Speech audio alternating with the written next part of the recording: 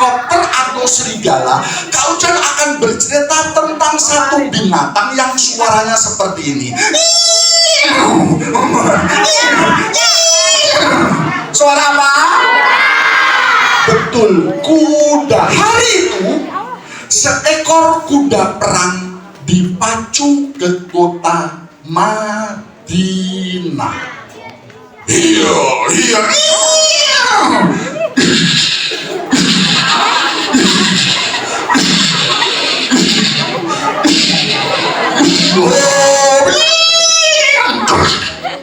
Penunggang kuda perang menghentikan kudanya dan turun dari atas kuda.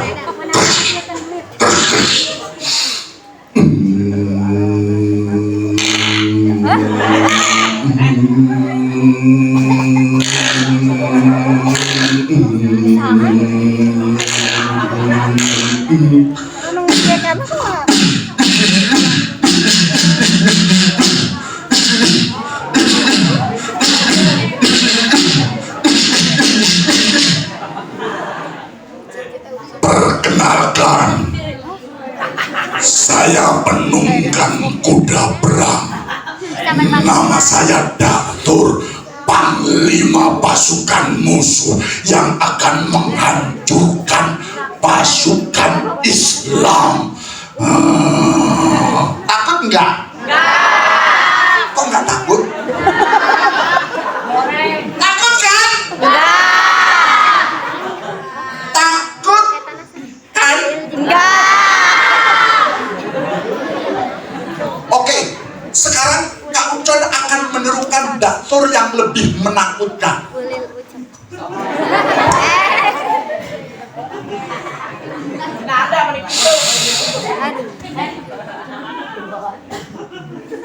Nunggu ya.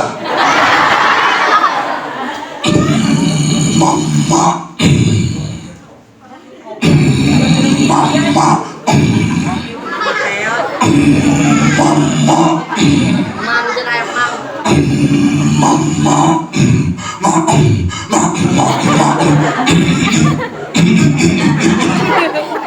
Saya Datur, Panglima musuh yang akan menghancurkan pasukan Islam. Takut kan? Takut kan? Takut? Takut?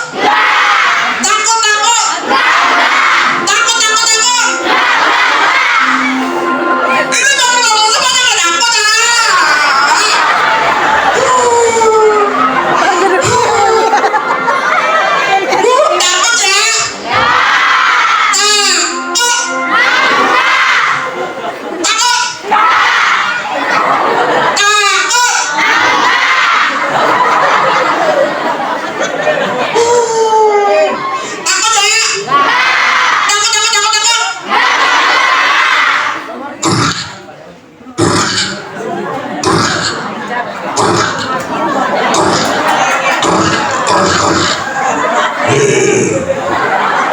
Iya Datur. Takut tuh.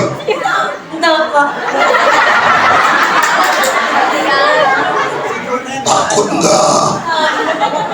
Takut atuh. Takut. Tembak.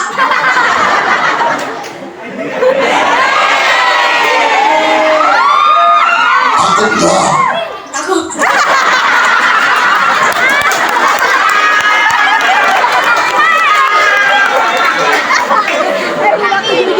Jangan ya, uangnya hanya ini. Kak Ucan tidak bisa menirukan Datur yang menakutkan. Tapi yang sebenarnya Datur memang sangat menakutkan wajahnya dan perilakunya sangat kejam sekali. Hari itu Datur mendapat tugas rahasia untuk menyusup ke kota Madinah dan membunuh Rasulullah Muhammad Shallallahu Alaihi Wasallam. Saya harus segera berangkat ke kota Madinah.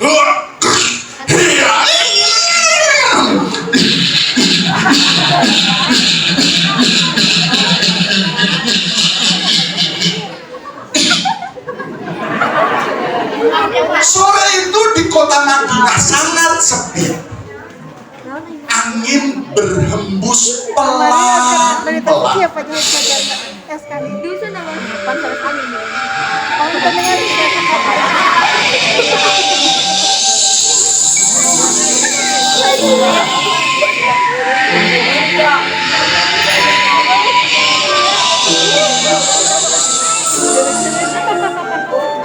Di masjid kecil di pusat kota Madinah, hari itu Rasulullah sedang mengajarkan agama Islam kepada para sahabat.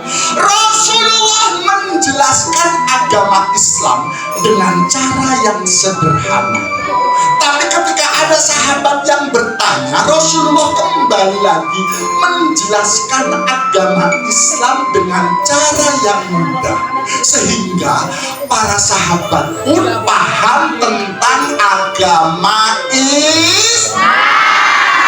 Saat matahari semakin condong ke barat, menandakan hari semakin senja, para sahabat pun segera pulang ketika pengajaran yang diadakan Rasulullah selesai. Mereka membuka pintu masjid.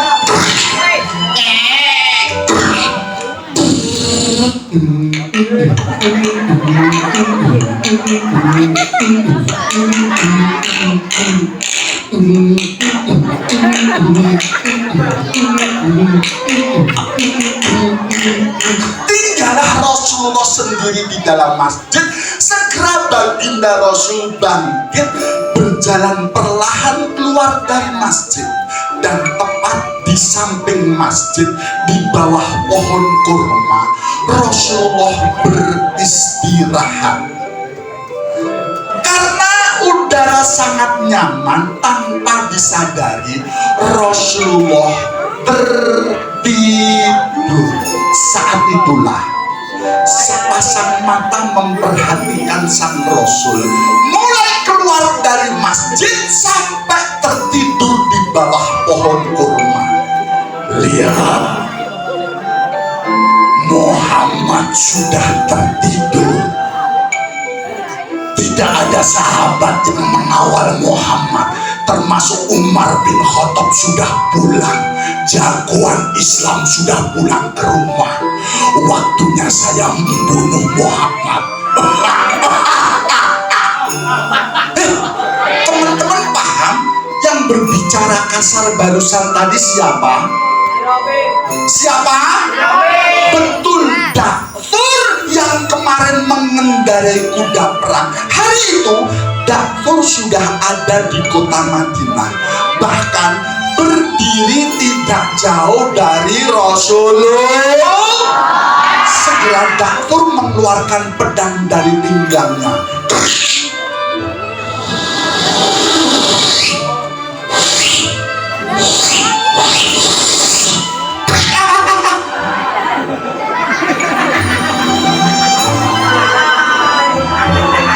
Perlahan Dakfur mendekati sang Rasul.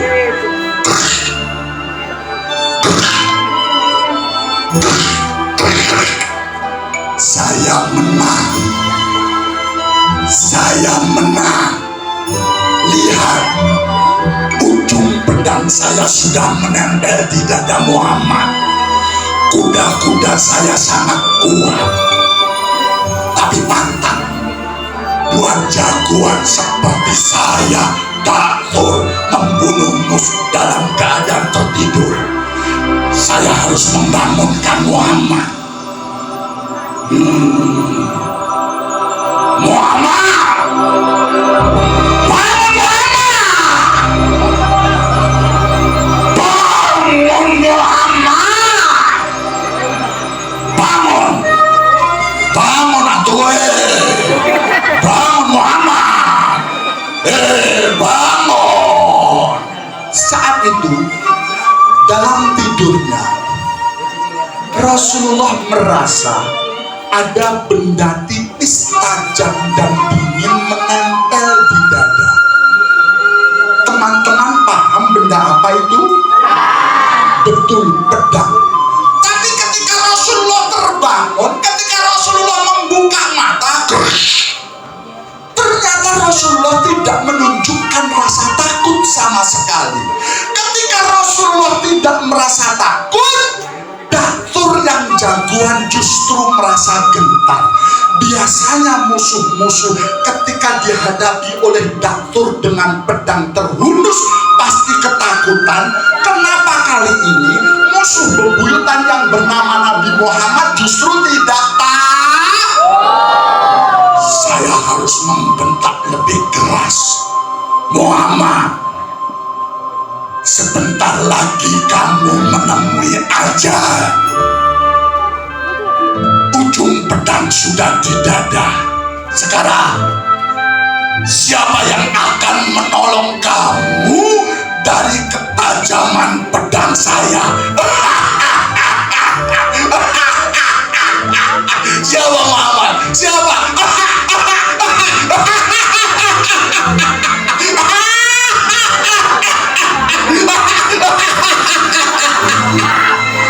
Dibentak sedemikian rupa, saat itu juga Rasulullah tidak menunjukkan rasa khawatir sedikit pun. Rasulullah tidak takut. Justru saat itu Rasulullah menjawab dengan penuh keyakinan, Allah yang menolong saya. Teman-teman bisa menirukan ucapan bersama-sama, Allah yang menolong saya. Allah yang menolong saya. Siapa yang akan menolong kalian dari pedang ini? Siapa yang akan menolong kalian ketika ada bahaya mengancam kalian semua? Siapa yang akan menolong kalian ketika ada musibah mendekati kalian? Ketika Daktur mendengar jawaban dari Rasulullah yang sangat yakin, seperti kalian menjawab dengan penuh keyakinan kalau Allah yang akan menolong, tiba-tiba tubuh Daktur menjadi gemetar hebat. Tubuh saat itu yang sangat kuat menjadi lemas. Tangan Daktur tidak terkendali, bergerak lincah, dan tiba-tiba pedang di ujung tangan Daktur pun jatuh.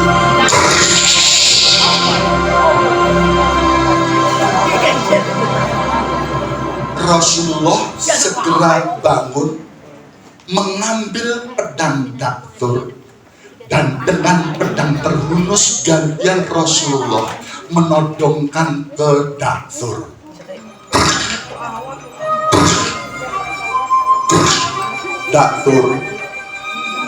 Daktur, siapa yang akan menolong kamu dari ketajaman pedang kamu sendiri?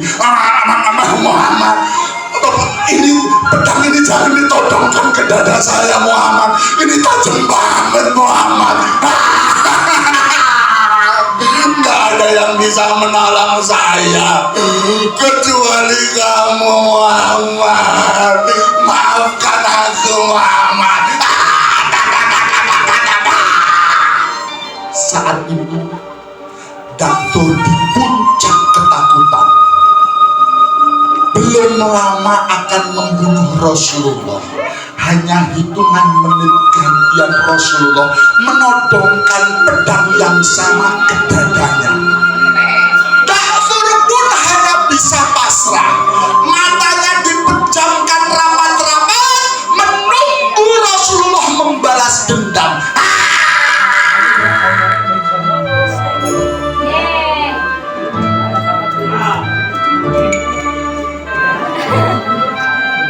Ditunggu beberapa saat, ternyata tidak ada benda tajam yang melukai dadanya. Tidak ada pedang yang menusuk dadanya. Daktur penasaran. Ketika Daktur melihat ke arah kanan, Masya Allah, Rasulullah ternyata tidak membalas dendam, tapi memaafkan. Apa? Rasulullah tidak menodongkan pedang lagi. Tapi sebaliknya, Rasulullah mengembalikan pedang dengan kedua tangannya. Daksur pun menerima pedangnya dengan tubuh bergetar. Tanpa sadar, Daksur langsung memeluk Rasulullah. Ya Muhammad, saya tidak mengira orang yang ingin saya bunuh, orang yang ingin saya sakiti, ternyata berakhlak sangat mulia, mau memaafkan selembar nyawa saya. Terima kasih Muhammad. Terima kasih Muhammad. Sekarang saksikan ya Muhammad. La ilaha Muhammadun.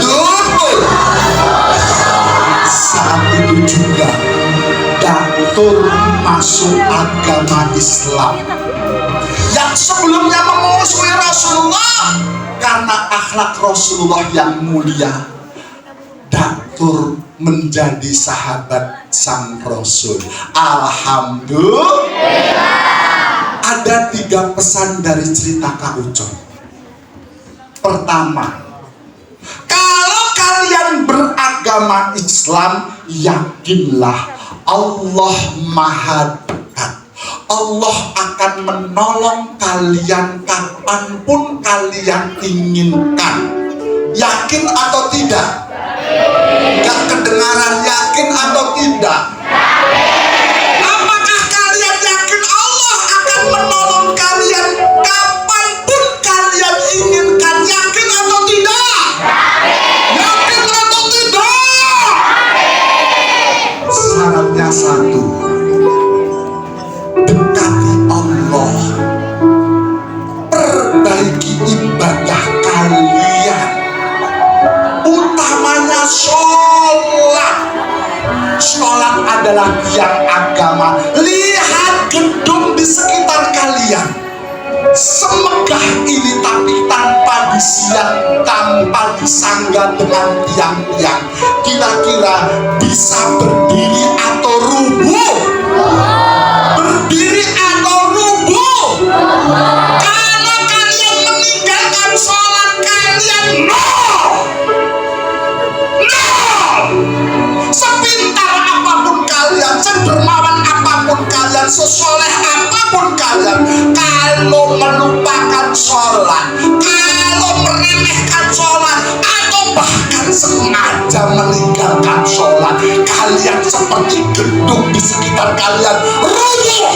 Kalian seperti orang yang tidak beragama, meskipun KTP kalian tertulis Islam. Jadi jangan sekali-kali kalian alasan apapun meninggalkan sholat. Termasuk ketika kalian sakit keras sekalipun, jangan pernah meninggalkan sholat. Yang kedua, Rasulullah mencontohkan melalui cerita bersama Daksur, mau memaafkan musuhnya. Kalian di sini belajar bersama teman-teman, bukan dengan musuh. Kalau kalian masih belajar di sini, ternyata masih membuli teman, mengolok-olok teman, mengejek teman, bertengkar dengan teman, kalian menjadi umatnya siapa? Karena Rasulullah tidak pernah mengajarkan itu semua. Lihat ke depan. Di tangan Kak Ucon ada apa ini? Nggak kedengaran ada apa? Kalau kertas ini diumpamakan hati teman kalian, sekali kalian mengejek, baju kamu jelek teman, kamu norak, satu, hati teman kalian akan hancur. Besoknya kamu ketemu lagi, hei, sepatu kamu berlubang, apakah orang tua kamu melarat miskin? Hati teman kalian akan semakin hancur. Hei, jilbab kamu kenapa kok kekecilan? Kamu nggak punya ya? Sudah nggak punya, goblok lagi lihat.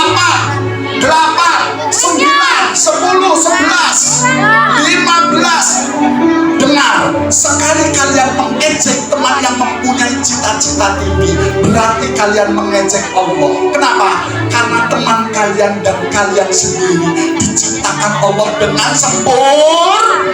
Siapa yang ingin menjadi seorang kiai atau ajengan yang mempunyai santri banyak dan pesantren besar, angkat tangan.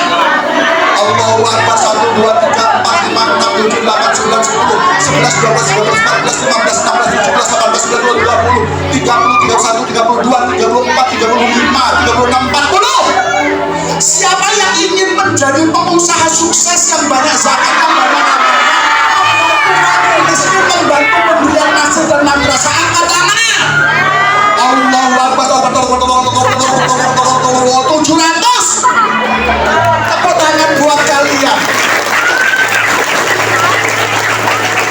Ucon bangga kalau ternyata kalian mempunyai tujuan hidup, salah satunya cita-cita kalian. Yakinlah akan sukses. Tapi ingat, di zaman Rasulullah ada juga pengusaha sukses namanya Alqomah. Siapa namanya? Alqomah, orang yang soleh, zakatnya besar, infaknya besar, dan Alqomah selalu menjadi makmum di belakang Rasulullah. Tapi sayang, di puncak kesuksesan Alqomah justru dia melupakan orang tuanya, terutama bundanya, sehingga di akhir hayatnya Alqomah hidup sengsara. Naudzubillah nih. Sekarang kasih Kak Ucon waktu beberapa saat. Kembali lagi sebelum Kak Ucon menawarkan sekali lagi, kalau ternyata masih mau pulang silahkan keluar. Pak, udah Pak. Kelompok yang pojok,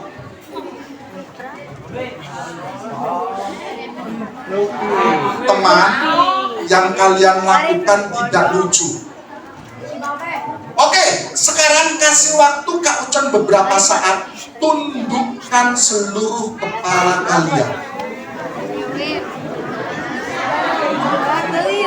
Mohon maaf, yang di depan juga tundukkan sebentar. Yang di luar juga tundukkan. Mohon maaf, yang pojok sana silakan tundukkan. Tanpa mengurangi rasa hormat kepada ibu guru, bapak guru, juga tundukkan sebentar. Teman-teman, Allah menciptakan kalian dengan sempurna. Allah melengkapi kesempurnaan tadi dengan akal, sehingga kalau kalian ingin menjadi dokter bisa, mau menjadi seorang ajengan atau kiai bisa. Kalau kalian ingin menjadi pengusaha sukses pun bisa. Kesempatan kalian sama dengan yang lain. Bahkan kalau kalian ingin menjadi menteri, termasuk presiden pun, kesempatan kalian sama dengan orang lain. Bisa. Tapi kalian jangan pernah mengulangi sejarah kelam Alqomah. Di puncak kesuksesan kalian nanti, jangan pernah melupakan kedua orang tua kalian, terutama bunda. 9 bulan kalian dikandung oleh bunda. Saat itu bunda berjalan kesulitan, duduk pun kesulitan, bahkan tidur pun tidak pernah nyaman. Tapi saat kalian lahir, itu pertaruhan antara hidup dan mati, bercampur antara keringat, darah, dan air mata, dan itu sangat menyakitkan.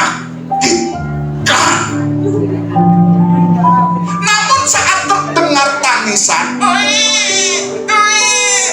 meskipun bunda berdarah-darah, bunda menjadi orang yang paling bahagia di dunia ini. Alhamdulillah, anakku sudah lahir.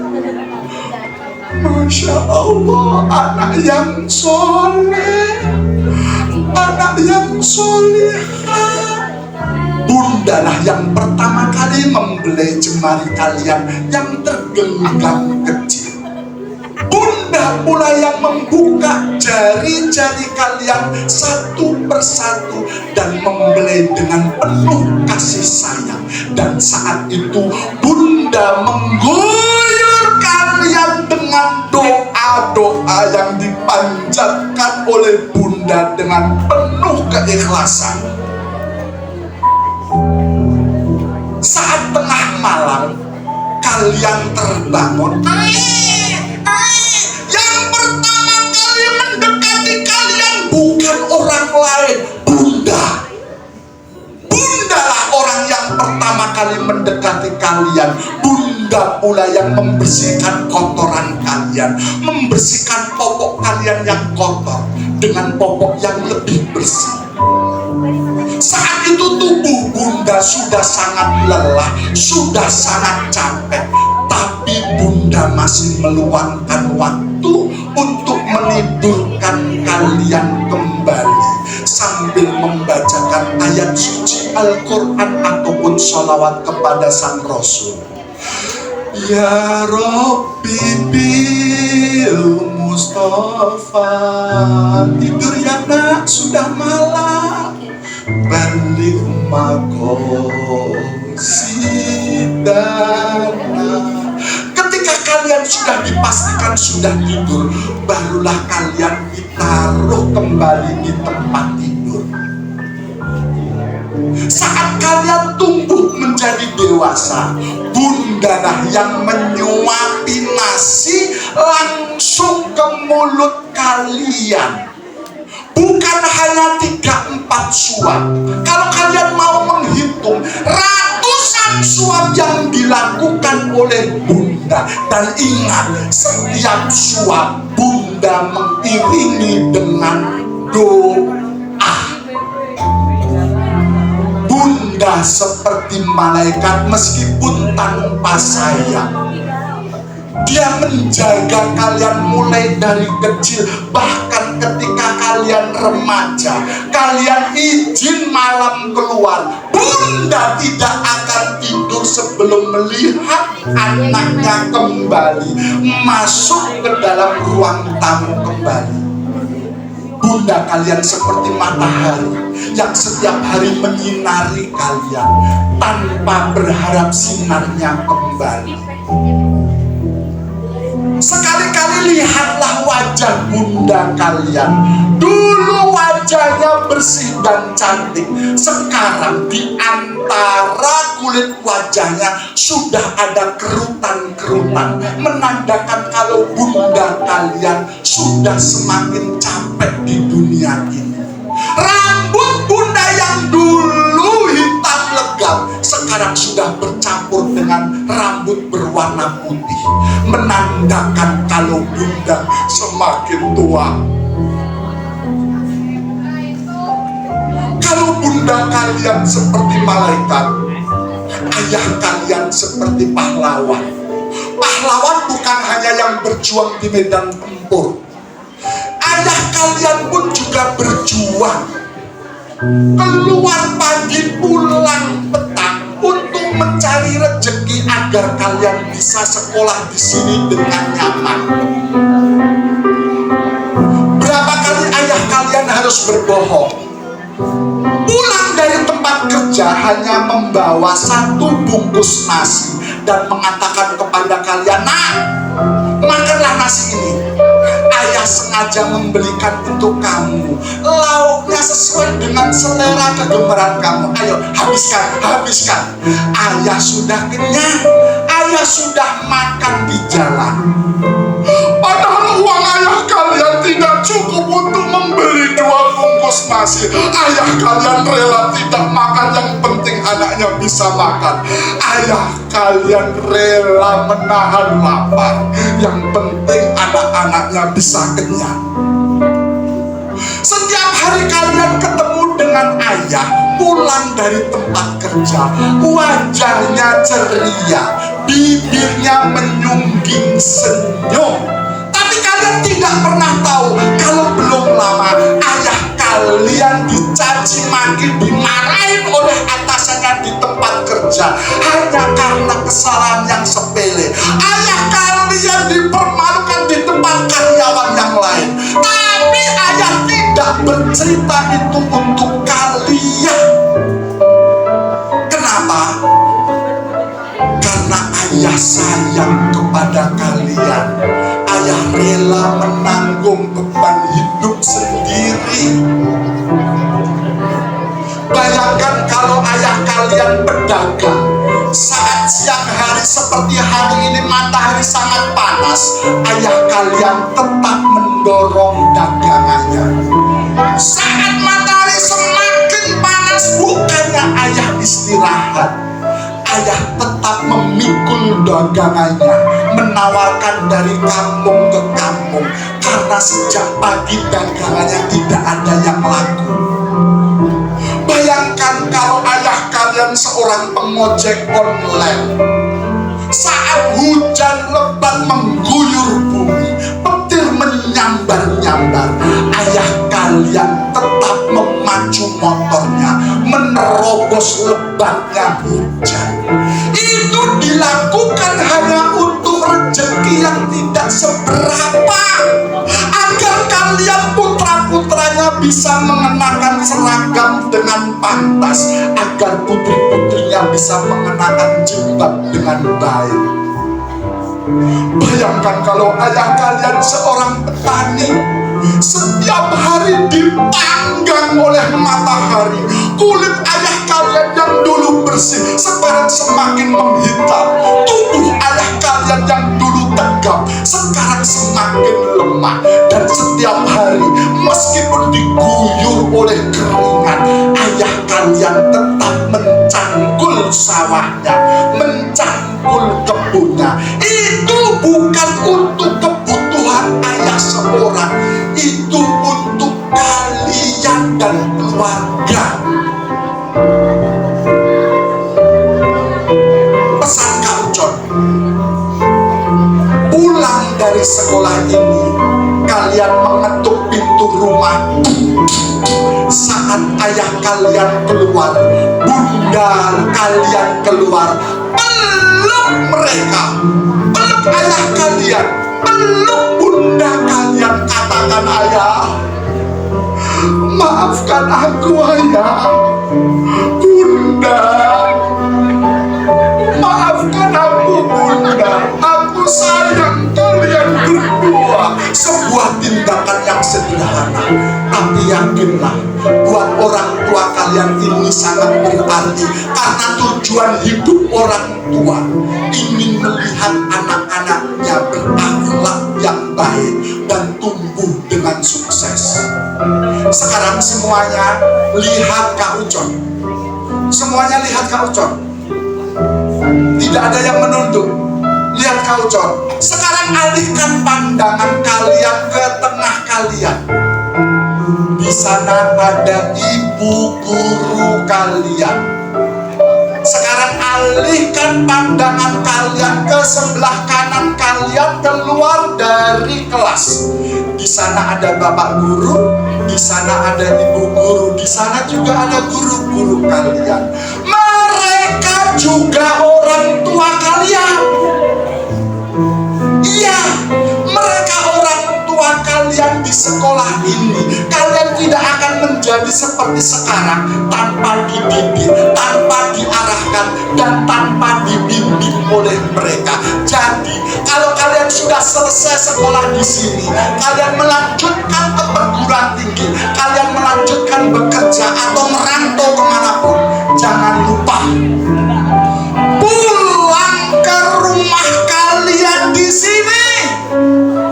Pulang ke rumah kalian di sini, cari guru-guru kalian, cium tangan mereka, ucapkan dengan segala ketulusan, Bu Guru, Ustazah, terima kasih sudah mendidik kami selama ini.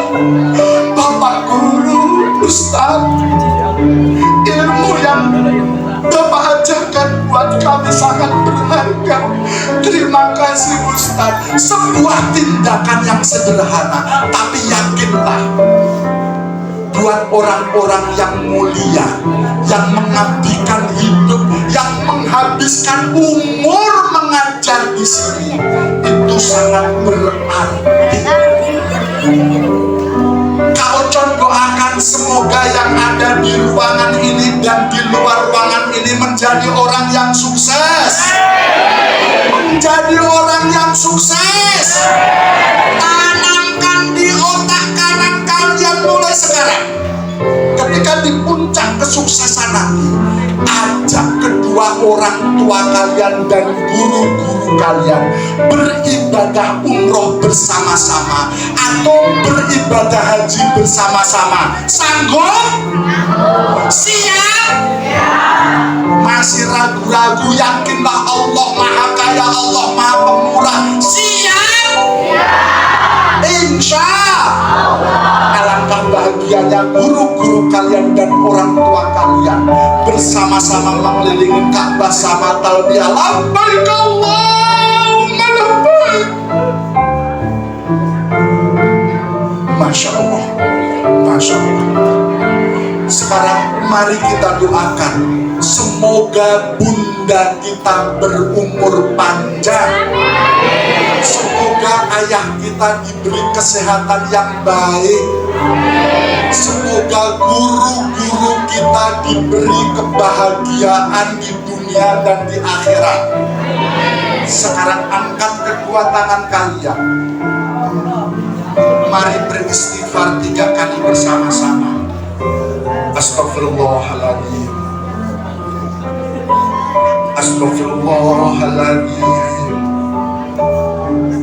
Astaghfirullahaladzim wa atubu ilaih.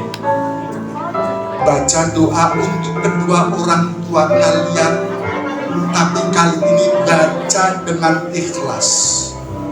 Rabbi firli wali warhamhuma kama rabbayani shaghira. Amin ya rabbal alamin. Sekarang semuanya menghadap ke Ucon lagi. Mohon maaf yang masih ada air matanya silakan ya.